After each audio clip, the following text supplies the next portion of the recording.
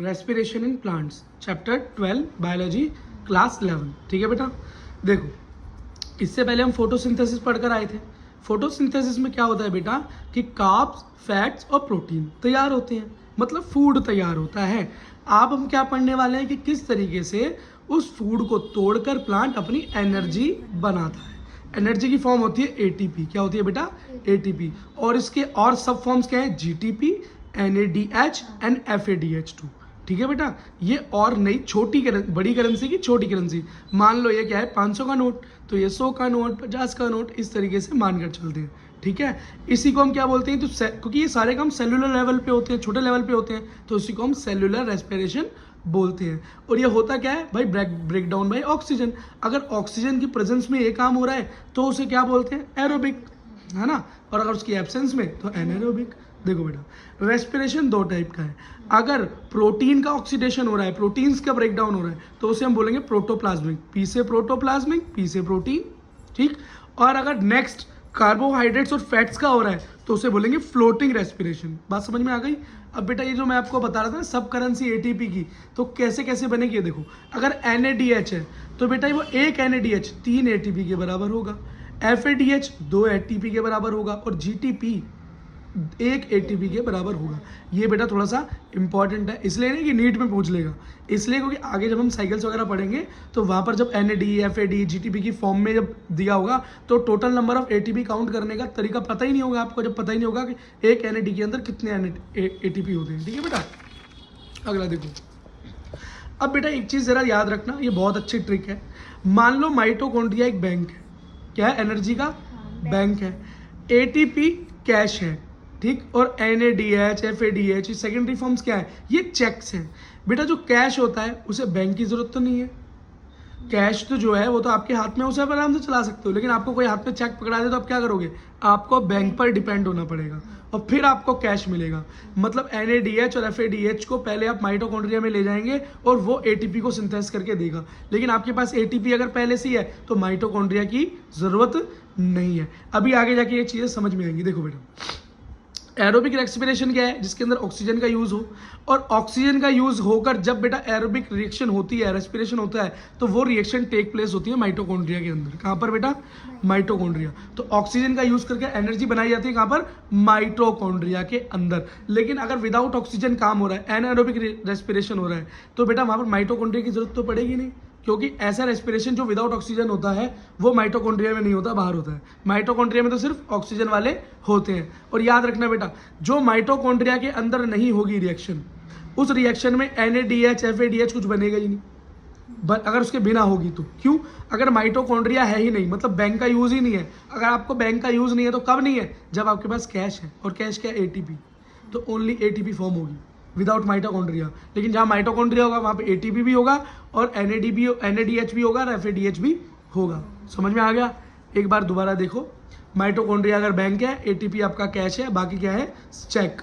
Cash को, ATP को mitochondria पर सीधी डिपेंडेंसी नहीं है। अगर ये है तो विदाउट माइटोकॉन्ड्रिया भी काम चल सकता है। इसका मतलब एनएरोबिक रेस्पिरेशन के अंदर एटीपी बनेगा, लेकिन एनएडीएच और एफएडीएच2 नहीं बनेगा। क्यों? उन्हें माइटोकॉन्ड्रिया की जरूरत है। इसका मतलब जो एरोबिक रिएक्शन होगी उसके अंदर एटीपी और ये एनएडीएच और एफएडीएच दोनों बनेगा। ठीक है, अगला देखो। कैश क्या है? एटीपी, है ना, और चेक क्या है? एनएडीएच और हाँ एफएडीएच2। ठीक है भैया। अब ये है सबस्ट्रेट लेवल। कैश का एटीपी कहाँ बनेगी? सबस्ट्रेट लेवल पर। और अगला जो चेक्स वगैरह है, जो ये एनएडीएच और एफएडीएच कहाँ बनेंगे?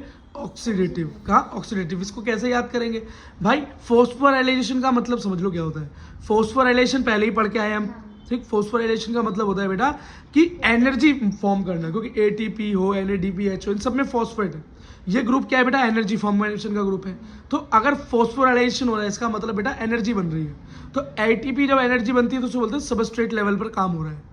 कहाँ हो रहा है? सबस्ट्रेट लेवल पर। लेकिन जहाँ ऑक्सीडेटिव लेवल पे काम हो रहा है वहाँ पर एनएडीपीएच और एफएडीएच दोनों बनेगा। अब देखो, ऑक्सीजन का यूज कौन कर रहा है? ऑक्सीडेशन लेवल पर हो रहा है, तो ऑक्सीजन का यूज कौन करना है? माइटोकॉन्ड्रिया,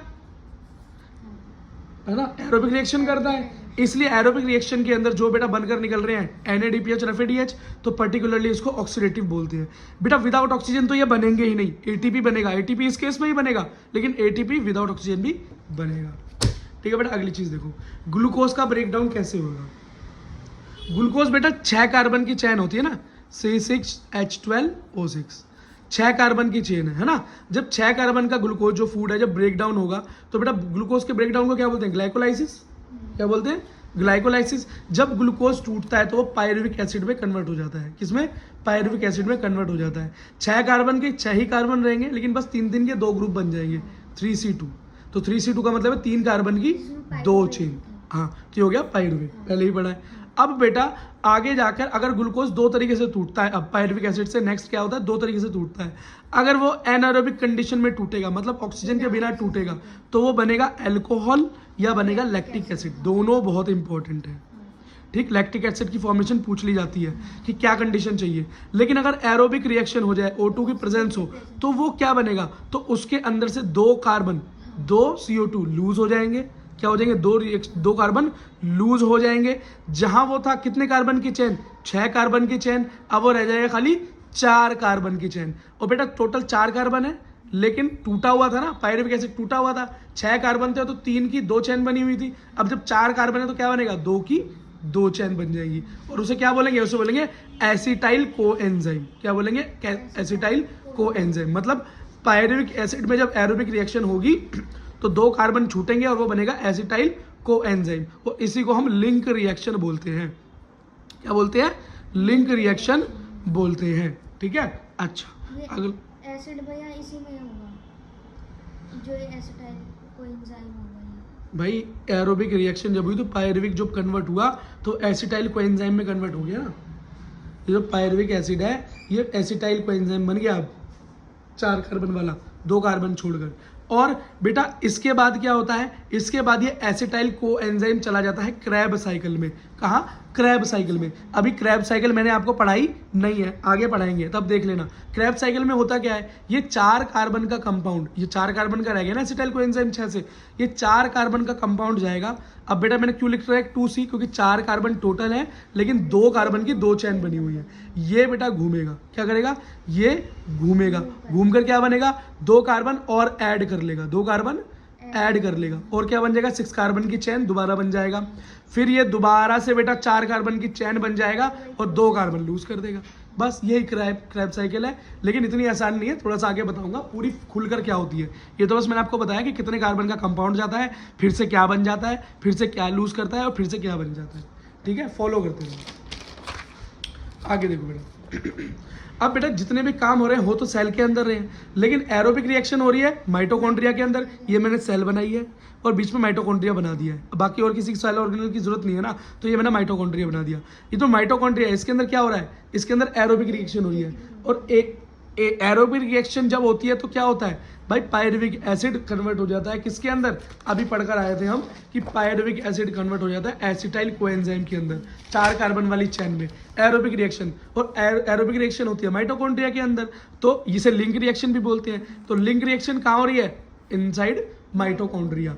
अब बेटा बाकी रिएक्शन जो एनारोबिक रिएक्शन है जिनके अंदर ऑक्सीजन की यूज नहीं हो रही, वो हो रही है साइटोप्लाज्म में। तो cytoplasm is the site of glycolysis. जो ग्लाइकोलाइसिस हो रहा है, ग्लूकोज जब टूट रहा है तो साइटोप्लाज्म में टूट रहा है, लेकिन उसके अंदर भी एरोबिक रिएक्शन कहाँ हो रही है, माइटोकॉन्ड्रिया में, और एनारोबिक बाहर हो रही है, ठीक है। अब जरा ग्लाइकोलाइसिस याद करने की ट्रिक देख लो बेटा।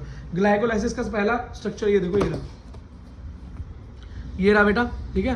ये शुरू से लेके एंड तक ग्लाइकोलाइसिस का पूरा प्रोसेस दिया हुआ है। अब बड़ा भयंकर सा प्रोसेस है, ठीक है बेटा। इसे याद करने की ट्रिक बता रहा हूँ, वो ट्रिक जरा ध्यान रखना। देखो सबसे पहले क्या शुरू करोगे, गॉड ने फ्रूट जूस दिया, क्या, भगवान ने, गॉड ने फ्रूट जूस दिया हमारे ग्रैंड पेरेंट्स को, हमारे दादा दादी को, हमारे ग्रेट पेरेंट्स को, ग्रैंड पेरेंट्स को क्या दिया, फ्रूट जूस दिया।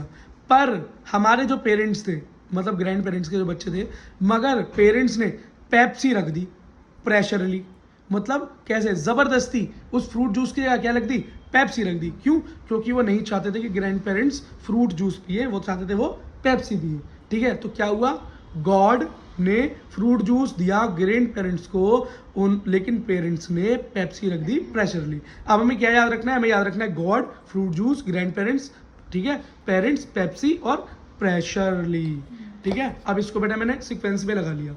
ठीक है, तो गॉड से हुआ ग्लूकोज, क्या हुआ, ग्लूकोज। और एक चीज बताता हूँ, ग्लाइकोलाइसिस का एंड प्रोडक्ट क्या बनता है, पायरुवेट बनता है। क्या बनता है, पायरुवेट बनता है, याद रखना।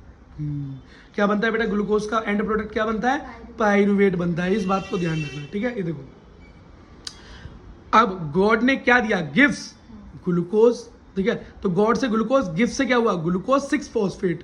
ग्लूकोज जब टूटता है तो ग्लाइकोलाइसिस के अंदर बेटा नेक्स्ट क्या टूटता है, सेकंड ग्लूकोज 6 फॉस्फेट पे टूट जाता है, ठीक। अगला fruit juice, gift fruit juice, fruit juice दिया तो फ्रूट जूस से क्या हुआ, फ्रक्टोज 6 फॉस्फेट। अब ग्लूकोज किस में कन्वर्ट हो गया, फ्रक्टोज में।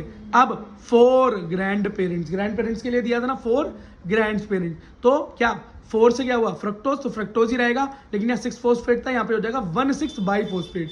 मतलब पहले बेटा 6 नंबर कार्बन पर फॉस्फेट लगा हुआ था, अब पहले और छठे दोनों पर लग गया, ठीक है। अगला ग्रैंड पेरेंट से क्या याद करोगे, ग्लिसरेल डिहाइड या ग्लिसरल डिहाइड फॉस्फेट, ठीक है। अब क्या हुआ, फ्रक्टोज हमारा ग्लिसरल डिहाइड में चेंज हो गया।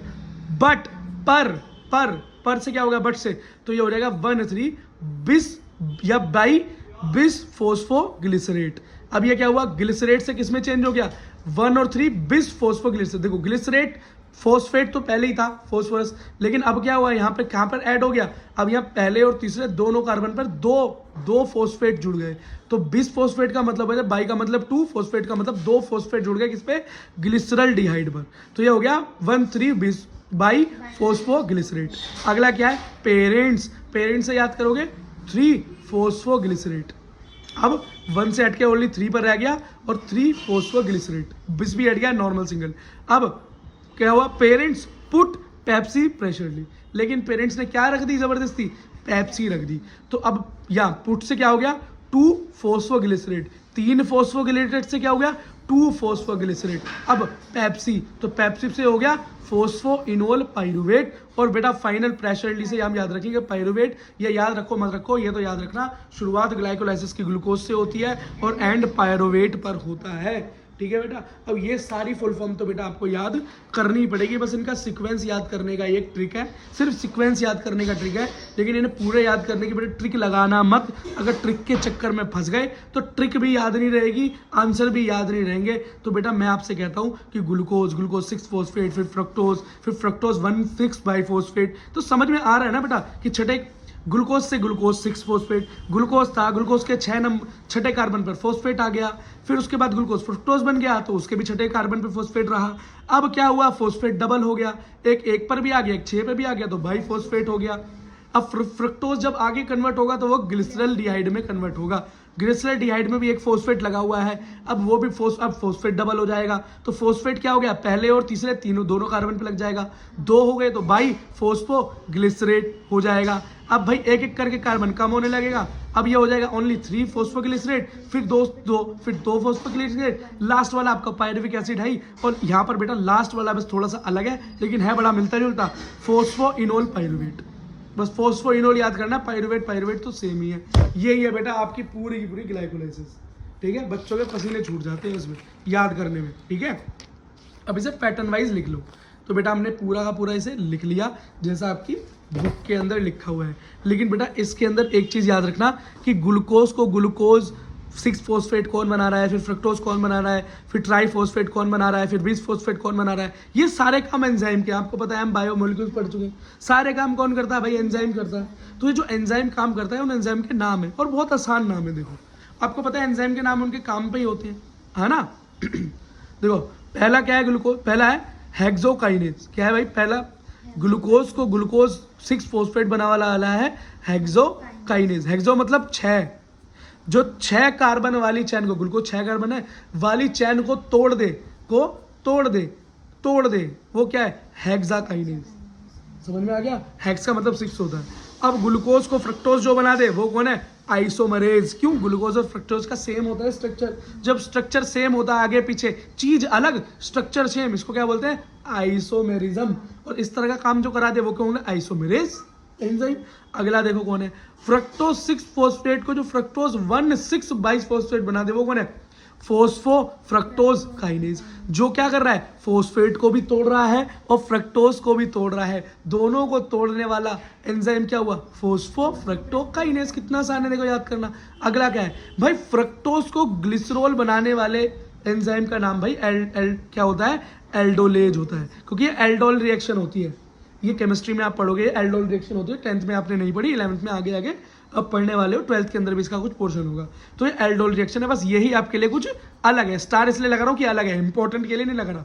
अगला, अब ग्लिसरल 3 फॉस्फेट को किसमें 1,3 बाइसफॉस्फेट में कोई बदल दे तो वो कौन है, वो है डिहाइड्रोजिनेस, जो क्या कर दे, ग्लिसरॉल का डिहाइड्रोजिनेशन कर दे, वो हो गया ये। अगला क्या है भाई, जो 1/3 बिसफॉस्फोग्लिसरेट है, यही फॉस्फोग्लिसरेट ही रहेगा, फिर ये भी फॉस्फोग्लिसरेट ही रहेगा। भाई देखो इसने इसका क्या करा दिया, ट्रांसफर करवा दिया। क्या करवा दिया, ट्रांसफर करवा दिया। किसका, फॉस्फेट का, तीसरे से पहले पर भी ले आया, तो ये हो गया ट्रांसफरेट या ट्रांसफो, या डिहाइड्रोजिनेस के बाद क्या हो गया, ट्रांसफो फोस्फोराइलेज। ठीक है, अगला क्या हो गया, 3 फॉस्फेट से 2 फॉस्फेट जो बना दे, मतलब म्यूटेशन कर दे, जो चेंज कर दे, 3 से जिसने 2 बना दिया वो गया म्यूटेज। और बेटा लास्ट, एकदम लास्ट का समझ लो, जो फोस्फोग्लिसरेट को पायरुविक एसिड में कन्वर्ट कर रहा है या फोस्फोइनोल पायरुवेट में कन्वर्ट कर रहा है, वो इनोलेज है, इनोलेज। क्यों बेटा, फोस्फोइनोल पायरुवेट बन रहा है, तो इनोल से याद रखोगे इनोलेज। बेटा ऐसे याद रखना है। अब एक चीज याद रखना बेटा, इसके अंदर ये भी पूछ रहे हैं कि एनर्जी किस तरीके से डिस्ट्रीब्यूटेड है। देखो यहाँ पर ये भी देखो बेटा, इसमें एनर्जी का भी दिखा रखा है ना, कि एटीपी लग रहा है, एटीपी लग रहा है, फिर यहाँ पर NADPH बन रहा है, एटीपी निकल रहा है, H2O निकल रहा है, एटीपी निकल रहा है। तो बेटा इसे याद करने की देखो क्या तरीका है। इसे याद करने का तरीका ये है कि भाई शुरुआत में, कहाँ, शुरुआत में जब तक ग्रैंड पेरेंट्स नहीं आते तब तक एनर्जी भगवान लगा रहे हैं, एनर्जी लग रही है, लगानी पड़ रही है करने में। ठीक है, तो देखो एटीपी दी, एडीपी निकल आया, मतलब एटीपी लगी, शक्ति लग रही है। अगला प्रोसेस क्या हुआ है, फ्रक्टोज 6 के बाद एटीपी लगी, एडीपी निकल रही है, मतलब एटीपी लग रही है। अब क्या होगा बेटा, इस ग्लिसरल्डिहाइड मतलब ग्रैंड पेरेंट्स वाला जो अपना सिस्टम था, इसके बाद हमें एनर्जी क्या हो रही है, दुगनी लगानी पड़ रही है। क्या, दुगनी लगानी पड़ रही है। NAD दे रहे हैं, 2 NADH निकल रहे हैं, ADP दे रखे हैं, अब 2 ATP मिल रहे हैं। अब क्या हो रहा है, देखो अब शक्ति मिल रही है, अब एनर्जी मिल रही है। देखो अब बेटा एक चीज याद रखना, जब म्यूटेज होता है ना, 3 से 2 फॉस्फोग्लिसरेट बनता है, तो वाटर निकलता है। क्या निकलता है, वाटर निकलता है। और बेटा एकदम लास्ट में क्या होगा कि 2 ATP मिलेंगी, सब में 2 है। देखो यहाँ भी 2, यहाँ भी 2, यहाँ भी 2। तो बस याद रखना, ग्रैंड पेरेंट्स के बाद जितने भी, एक तो एनर्जी निकल रही है, ये बात हो गई, एनर्जी लग नहीं रही, एनर्जी निकल रही है, और ऊपर से सबके साथ 2 मल्टीप्लाई हो रहा है। ठीक है बेटा, अब जब तक बेटा इसको 3-4 बार बना नहीं लोगे, 2-4 बार याद नहीं कर लोगे, और हर किसी की फुल फॉर्म याद नहीं कर लोगे, तो बेटा याद नहीं रहेगा, नहीं रहेगा। ठीक है, कितनी ट्रिक लगा लो, कुछ भी कर लो, इन दी एंड बेटा इसको आपको सब मेमोराइज करना ही है। ये आपका क्या हो गया भैया, ग्लाइकोलाइसिस कंप्लीट हो गया। अब इसके बाद आती है हमारी क्रैब साइकिल। क्रैब साइकिल के अंदर मैंने आपको क्या बताया था, 4 कार्बन का कंपाउंड घुसता है, फिर दोबारा से बेटा वो 6 कार्बन का हो जाता है, और फिर से वो बेटा 4 कार्बन का होकर चलता रहता है, और क्रैब साइकिल चलती रहती है। बेटा इसे याद करने का तरीका क्या है, क्रैब साइकिल को, a city is kept silent for military operation. मान लो बेटा किसी शहर पर हमला हो गया, क्रैब नाम का कोई शहर है, क्रैब नाम की कोई सिटी है जहां पर क्या हो गया, हमला हो गया बाहर के लोगों का। तो अब क्या होगा, उस सिटी को क्या किया जाएगा, लॉकडाउन किया जाएगा, बंद किया जाएगा, साइलेंट कर दिया जाएगा। तो कौन करेगा इस बात को, मिलिट्री करेगी, और अपना ऑपरेशन चलाकर उस जगह को ठीक कर देगी। ठीक है बेटा, तो कैसे याद करेंगे, आ सिटी इज केप्ट साइलेंट, एक सिटी को क्या किया, कीप साइलेंस में रखा गया, किसके लिए, for military operation, military operation को करने के लिए। ठीक है, तो ए का फुल फॉर्म है एसिटाइल को एंजाइम ए, और आपको याद होगा जब बेटा ग्लूकोज से पायरुविक एसिड बनता है और उसमें एरोबिक रिएक्शन होती है, तो एसिटाइल को एंजाइम ए बनता है। यही है मेरा 4 कार्बन का कंपाउंड, जो कैसा है, 2-2 कार्बन वाली चैन के ग्रुप में है। ठीक है, अगला है सिट्रेट, इससे क्या है, आइसोसिट्रेट, फिर केप्ट से क्या है, अल्फा कीटो ग्लूट्रेट, और साइलेंट से है सक्सीनेज, और फ्योर से है फ्यूमेट, और मिलिट्री से है मिलेट, और ऑपरेशन से है ऑक्सैलो एसिटिक एसिड। ये बेटा आपको फुल फॉर्म्स याद करनी पड़ेगी। शुरुआत कैसे होती है, देखो वही एसिटाइल कोएंजाइम ए से हमारी शुरुआत होती है, फिर उसके बाद हमने नेक्स्ट स्टेप क्या लिखा हुआ है, सिट्रेट, उससे क्या बनेगा, सिट्रेट बनेगा। अब सिट्रेट से क्या बनेगा, आइसोसिट्रेट बनेगा। यही पैटर्न चल रहा है, सेम पैटर्न में लिखते जाना। उसके बाद अल्फा कीटो ग्लूट्रेट बनेगा, उसके बाद सक्सिनिक एसिड बनेगा, उसके बाद फ्यूमेट बनेगा, फिर मेलेट बनेगा, फिर ऑक्जेलो एसिटिक एसिड बनेगा और दोबारा से एसिटाइल एंजाइम बन जाएगा। बात समझ में आ गई। देखो ये है मेरा फर्स्ट स्टेप, फिर ये मेरा सेकंड स्टेप, फिर है थर्ड स्टेप, फिर है फोर्थ, फिर फिफ्थ, सिक्स और सेवन्थ। बेटा यही तरीका है जो आपको याद रखना है, नहीं तो गलती कर दोगे, नहीं तो गलती कर दोगे। अब एक चीज़ बेटा याद रखो, अब इसके अंदर बेटा 3 तरह की एनर्जी है जो कि लग रही है। तो एक है NaDH2, एक है FADH2 और एक है GTP। मैं बेटा स्ट्रक्चर दिखा देता हूँ क्रैब साइकिल में। ये देखो बेटा क्रैब साइकिल का स्ट्रक्चर देखो जरा, देखो तो यहाँ पर दिखाई दे रहा है ना, फुल वही चल रहा है। अब ये बेटा ऊपर से क्यों जोड़ दिया यहाँ पे, ये खुद दिखा रहा है। अगर जोड़ना हो तो लो इसके ऊपर और ग्लूकोज जोड़ दो, ग्लूकोज 6C और ले आओ जी नीचे, वहाँ से पायरुवेट बन रहे हैं। तो इतना याद करने की जरूरत नहीं है, एसिटाइल कोएंजाइम से शुरू करना। अब ये देखो पूरी इस तरीके से चलता हुआ आ रहा है। बस अब दिक्कत क्या आ रही है आपको, बस सब कुछ आ चुका है, बस ये नहीं पता कि कौन सी जगह पर NaDH निकल रहा है और कौन सी जगह पर GTP निकल रहा है और कौन सी जगह पर FAD निकल रहा है। इतनी बात पता चल जाए तो क्रैब साइकिल पूरी याद हो गई। ठीक है, कार्बन में पहले याद करा चुका हूँ आपको कितने कितने कार्बन होंगे। ठीक है, अब देखो इसे क्या याद करने का क्या तरीका है। NaDH2 बेटा ऐसे याद रखना, NaDH2 कहाँ होगा, 2 और 3 पर होगा। बस इतना याद रखना, यही शुरुआत याद रखनी है तुम्हें, 2 और 3 पर होगा। और 2 और 3 की जब गुणा करेंगे तो क्या आएगा, 6 आएगा। तो बेटा हमें कहाँ कहाँ मिलेगा NaDH2, सेकंड पोजीशन पर, थर्ड पोजीशन पर और सिक्स्थ पोजीशन पर। अब बेटा याद करो, हमने पोजीशन दी थी ना अभी, मैंने क्या बोला था, पोजीशंस याद रखना कैसे दी हैं, 1 2 3। तो यहाँ पर क्या होगा NaDH, अब 3 पे NaDH, अब 6 क्या है, ये रहा 6, तो NaDH। चेक कर रहे ना, बिल्कुल एकदम एक्यूरेट बैठेगा बिल्कुल। अगला देखो, अब FADH2 कहाँ निकलेगा, तो F से देखना, F कहाँ पर है, F से क्या है, फ्यूमेट, और फ्यूमेट क्या है, फोर्थ स्टेप, यही निकलेगा, बात खत्म। F से फ्यूमेट, फ्यूमेट के पास निकलेगा।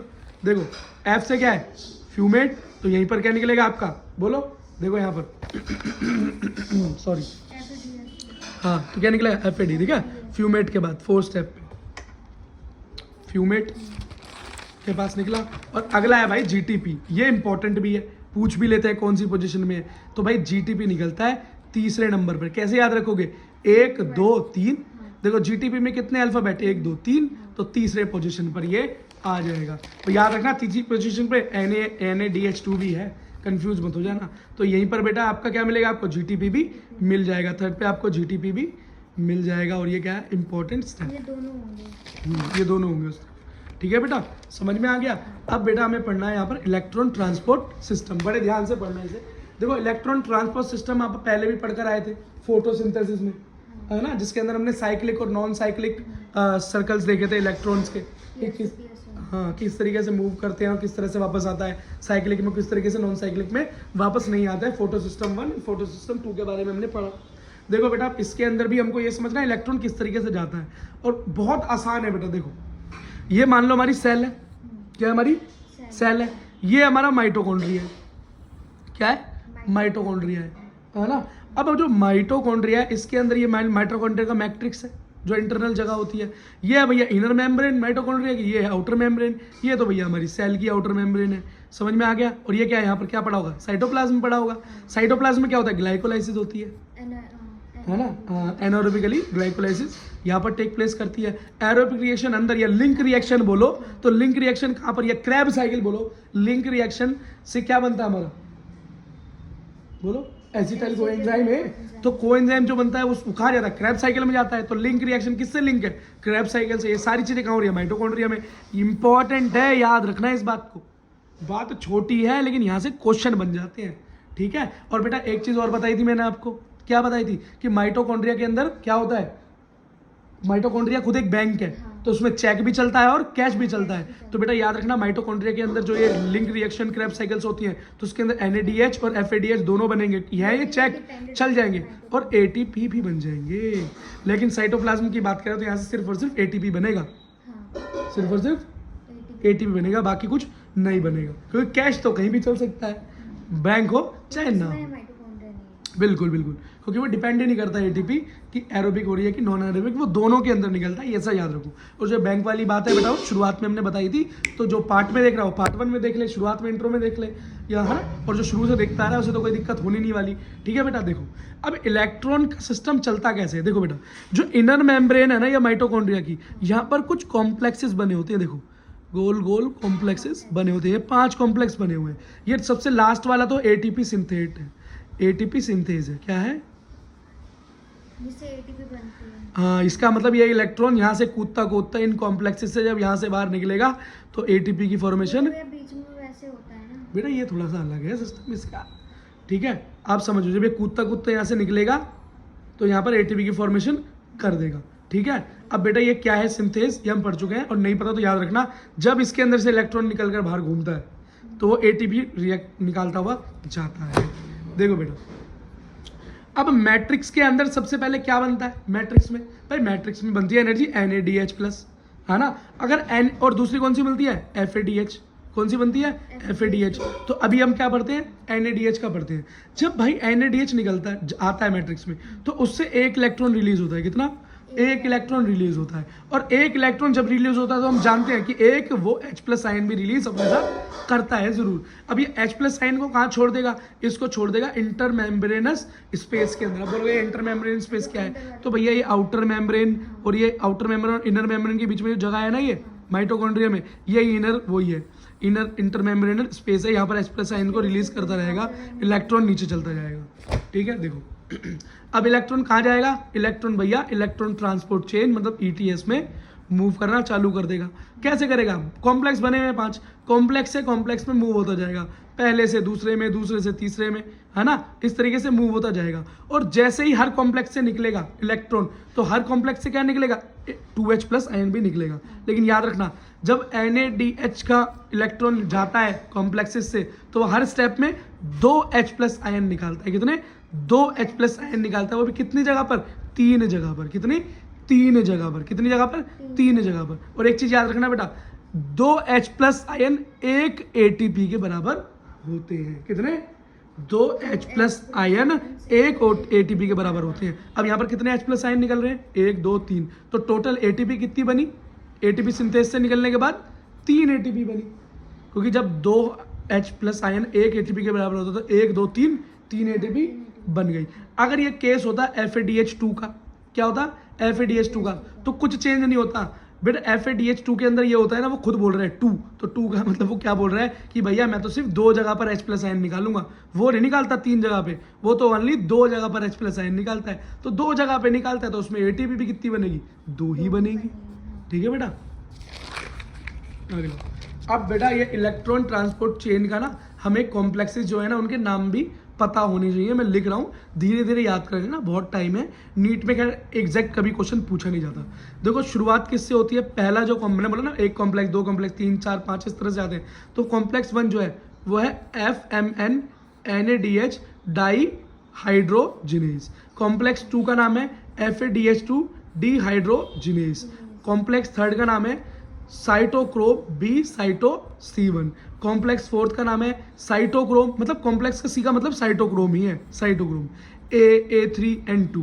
और बेटा कॉम्प्लेक्स 4 जो है वो तो आपको पता है लास्ट कहाँ से क्या है, ATP सिंथेज है, मैंने शुरू में ही बता दिया।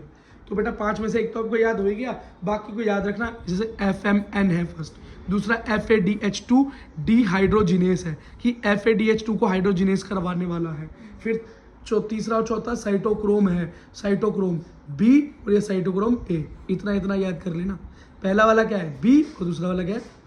ठीक है, देखो अब इलेक्ट्रॉन का फ्लो कैसे चलता है, मैंने बताया था कि फर्स्ट से लास्ट की तरफ मूव करता है। तो सबसे पहला कॉम्प्लेक्स 1 क्या है, FMN है ना, FMN है ना, देखो। और सेकंड वाला क्या है, FES, मतलब ये रहा, इसी को बोला गया है। अब मतलब आयरन सल्फर कॉम्प्लेक्स भी है ये, है ना।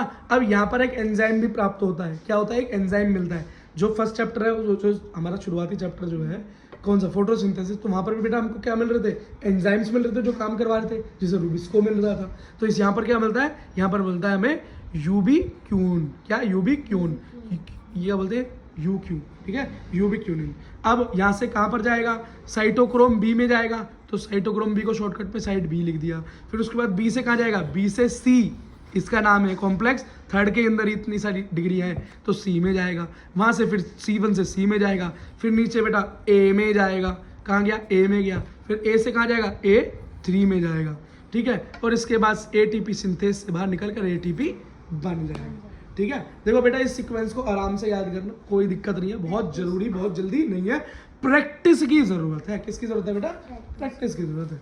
और बेटा कोई आपको घोल के इसे पिला दे, ऐसा कोई टीचर पैदा हुआ नहीं, क्योंकि बेटा ये फुल फॉर्म तो आपको याद करनी पड़ेगी। अब जरा बैलेंस शीट देख लेते हैं। बैलेंस शीट का मतलब है किस किस प्रोसेस में टोटल ATP बन कितनी रही थी। देखो जब ग्लाइकोलाइसिस किया, टोटल जब ग्लाइकोलाइसिस किया तो बेटा शुरू के 2 स्टेप में ATP लगी थी 2 बार, फिर 4 बार ATP निकली तो 2 बार ही थी, लेकिन 2 से मल्टीप्लाई हो रही थी, और 2 बार NADH भी निकल रहा था, ठीक है। तो क्या हुआ, 4 + 2 6, 6 + 2 8, टोटल हो गई 8 ATP। समझ में आ गया, कितनी हो गई, 8। लेकिन ऐसे नहीं होगा, ये देखो बेटा 4 ATP नीचे बनी, 2 NADPH बनी, ठीक है। अब यहाँ क्या होगा, यहाँ पर 2 ATP शुरुआत में लग गई तो माइनस हो गई, तो समझ लो ये वाला ATP ने ये NADPH कैंसिल कर दिया। अब बेटा आपको मैंने क्या बोला था, जो ग्रैंड पेरेंट्स वाले के नीचे जो स्टेप्स है उन सब स्टेप्स में 2 की मल्टीप्लाई हो रही थी, किसकी, 2 की मल्टीप्लाई। तो जब 4 ATP निकले तो 2 मल्टीप्लाई कर दो, 2 दूनी 4 दूनी 8, तो 8 ATP ग्लाइकोलाइसिस में टोटल बने। सीधा याद कर सकते हो, ग्लाइकोलाइसिस में अंत में 8 ATP बनते हैं। लिंक रिएक्शन में कितने बने, 6 ATP बने, 6 ATP बने, ठीक है। अगला क्रैब साइकिल में टोटल कितने बने, तो भाई इसके अंदर टोटल 24 ATP बने। अगला टोटल देखो, total glycolysis, link reaction, Krebs cycle सबको मिला दे, वो 4 + 2 करके, हाँ ठीक है। अब ये देखो यहाँ पर टोटल कितने बने, 38 ATP। सीधा याद कर लोगे तो अभी भी कोई दिक्कत नहीं है कि ग्लाइकोलाइसिस में 8 ATP बनते हैं, लिंक रिएक्शन में 6 बनते हैं, क्रैब साइकिल में 24 बनते हैं, और इन सबको जोड़ लो तो 38 ATP तीनों को मिलाकर बनते हैं। पर एक चीज़ याद रखना, ग्लाइकोलाइसिस में शुरू में 2 स्टेप में ATP लगता है, बाकी में मिलता है, ठीक है। अगला अगर केस हो जाए फर्मेंटेशन का, किसका हो जाए, फर्मेंटेशन। बेटा फर्मेंटेशन का मतलब क्या बताया था, एनएरोबिक रिएक्शन, क्या, एनएरोबिक। बेटा एनएरोबिक रेस्पिरेशन का मतलब क्या होता है, जिसके अंदर ऑक्सीजन की जरूरत ना पड़े। और बेटा हमने शुरुआत में क्या सीखा था, जरा यहाँ देखो,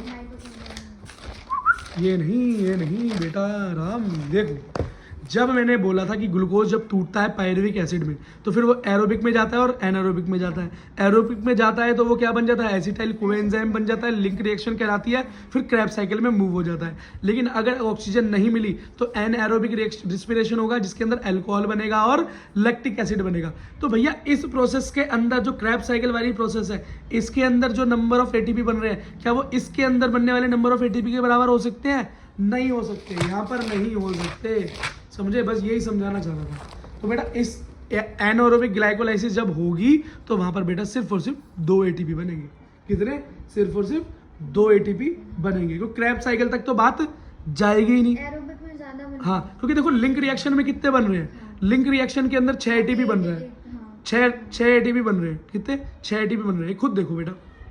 लेकिन यहाँ तो लिंक रिएक्शन तक बात गई नहीं और 2 शुरुआत में लग गए, तो यहाँ पर बस ये से याद रखना, एनारोबिक रिएक्शन के अंदर सिर्फ 2 ATP बनते हैं। अरे विदाउट ऑक्सीजन रिएक्शन करोगे तो शक्ति तो कम मिलनी है, सीधी सी बात है। अगला देखो भाई, अगला एक है रेस्पिरेटरी क्वोशिएंट, RQ। ये क्या होता है भाई, रेस्पिरेटरी क्वोशिएंट का एक फॉर्मूला है, क्या, कितना CO2 निकल रहा है या लिया जा रहा है और कितना O2 कंज्यूम किया जा रहा है, ठीक, कितना CO2 निकल रहा है और कितना ऑक्सीजन कंज्यूम किया जा रहा है, इसको रेस्पिरेटरी क्वोशिएंट बोलते हैं। क्यों, रिएक्शंस करने के लिए ऑक्सीजन की जरूरत हो रही है ना, लाइसिस करना पड़ रहा है, अब बार बार तोड़ना पड़ रहा है, एरोबिक रिएक्शन के लिए ऑक्सीजन चाहिए ना, तो कितना ऑक्सीजन लग रहा है और कितना कार्बन डाइऑक्साइड निकल रहा है, इसको निकालने का जो तरीका है वो रेस्पिरेटरी क्वोशिएंट है। अब याद रखना, ऊपर हमेशा कार्बन डाइऑक्साइड, नीचे ऑक्सीजन आएगा। याद करने का तरीका क्या है, जो ज्यादा होता है उसे नीचे लिखते हो ना, जब परसेंटेज निकालते हो 100 में से तो कैसे निकालते हो, 100 नीचे, जो मार्क्स आए ऊपर, कम वाला ऊपर, नीचे हमेशा ज्यादा, तो कार्बन डाइऑक्साइड हर कंडीशन में कम होगा ऑक्सीजन से, तो ऑक्सीजन नीचे रहेगी हमेशा, याद रखना, ठीक है। अच्छा बेटा देखो, जब कार्बोहाइड्रेट का ग्लाइकोलाइसिस हो या कार्बोहाइड्रेट को तोड़ा जाता है तो रेस्पिरेटरी वैल्यू क्या निकलती है, क्वोशिएंट क्या निकलता है, 1। जब फैट को तोड़ा जाता है तो 1 से छोटा, और जब प्रोटीन को तोड़ते हैं तो 0.9। इन वैल्यूज को याद कर लेना, हो सकता है नीट वाला कुछ क्वेश्चन बना दे इससे, है ना। अगला एक चीज समझ लो, एम्फीबॉलिक पाथवे। ये एम्फीबॉलिक पाथवे क्या है बेटा, जिसके अंदर एनाबॉलिक और कैटाबॉलिक दोनों रिएक्शन हो रही हो। एनाबॉलिक का मतलब क्या है, जब दो चीजें या दो से दो चीजें जुड़कर कुछ बने, और कैटाबॉलिक जब एक चीज टूट जाए, ब्रेक डाउन होकर कुछ बने, ठीक है, उसको क्या बोलते हैं, एम्फीबॉलिक पाथवे का नाम देते हैं। ठीक है, देखो तो अभी तक हमने क्या पढ़ा था, अभी तक हमने वही कार्बोहाइड्रेट मतलब ग्लूकोज को आराम से तोड़ता हुआ हमने एक सिस्टम पढ़ा था, इसे हमने ग्लाइकोलाइसिस पढ़ा था, वो भी in the presence of oxygen, मतलब एरोबिक रिएक्शन। तो एरोबिक रिएक्शन कैसे जाती है हमारी कार्बोहाइड्रेट में, कि शुगर है मतलब ग्लूकोज है, पायरुविक एसिड टूट जाएगा, एसिटाइल कोएंजाइम बनेगा और वो क्रेब्स साइकिल में चला जाएगा। यहाँ लिंक रिएक्शन है, ये याद रखना, बार बार बोल रहा हूँ ना, तो वो क्रैब साइकिल में चला जाए। अब क्रैब साइकिल क्या है वो तो आपको पता ही है, ठीक है। लेकिन जब अब क्या होगा, अगर इस कार्बोहाइड्रेट की जगह प्रोटीन टूटे या फैट टूटे, अगर फैट टूटा है तो वो फैटी एसिड में टूटेगा या ग्लिसरॉल में टूटेगा, क्योंकि यही फैट की सभी यूनिटें बायोमोलिक्यूल में पढ़ा है हमने, और नहीं पढ़ा तो याद कर लो। और यही बेटा टूटकर कौन से स्टेप में ये कहाँ पर कन्वर्ट होंगी, ये एसिटाइल कोएंजाइम में कन्वर्ट हो जाएंगी। लेकिन इनका स्टेप ऐसे नहीं है, फैट टूटता है फैटी एसिड में, ग्लिसरॉल में, फिर वो कन्वर्ट हो रहा है एसिटाइल कोएंजाइम में। और प्रोटीन के अंदर प्रोटीन टूटता है अमीनो एसिड्स में, और फिर वो किस में कन्वर्ट होता है, वो कन्वर्ट होता है पायरुविक एसिड में। किसमें, पायरुविक एसिड में। ठीक है बेटा, बस इतनी सी बात आपको बतानी थी, चैप्टर आपका खत्म हुआ।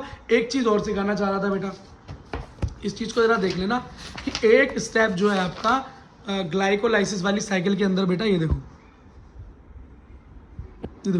ग्लिसरॉल्डिहाइड 3-फॉस्फेट जो है ये ग्रैंड पेरेंट वाला स्टेप है। इसमें बेटा एक स्टेप देखो यहाँ भी जुड़ा हुआ है। ये स्टेप कैसे याद रखोगे, याद रखना बेटा कि हमेशा ग्रैंड पेरेंट्स को, जब भी ग्रैंड पेरेंट्स आए हम क्या बोलेंगे उन्हें, डियर ग्रैंड पेरेंट बोलेंगे। क्या बोलेंगे, डियर ग्रैंड पेरेंट। तो गॉड क्या करता है, गॉड देना चाहता है फ्रूट जूस, किसे, हमारे डियर ग्रैंड पेरेंट्स को। तो ग्रैंड पेरेंट्स से तो ये याद है कि ग्लिसरॉल्डिहाइड 3-फॉस्फेट, और डियर से क्या याद आएगा आपको, डाई हाइड्रोक्सी एसीटोन, ठीक है, फॉस्फेट। ये आपको याद आना चाहिए डियर से, बस इतना याद रखना। उसको एरो से ऐसे कन्वर्ट कर देना, एक एरो इधर एक एरो इधर, डबल पाथवे। ठीक है बेटा, चैप्टर आपका समाप्त हुआ।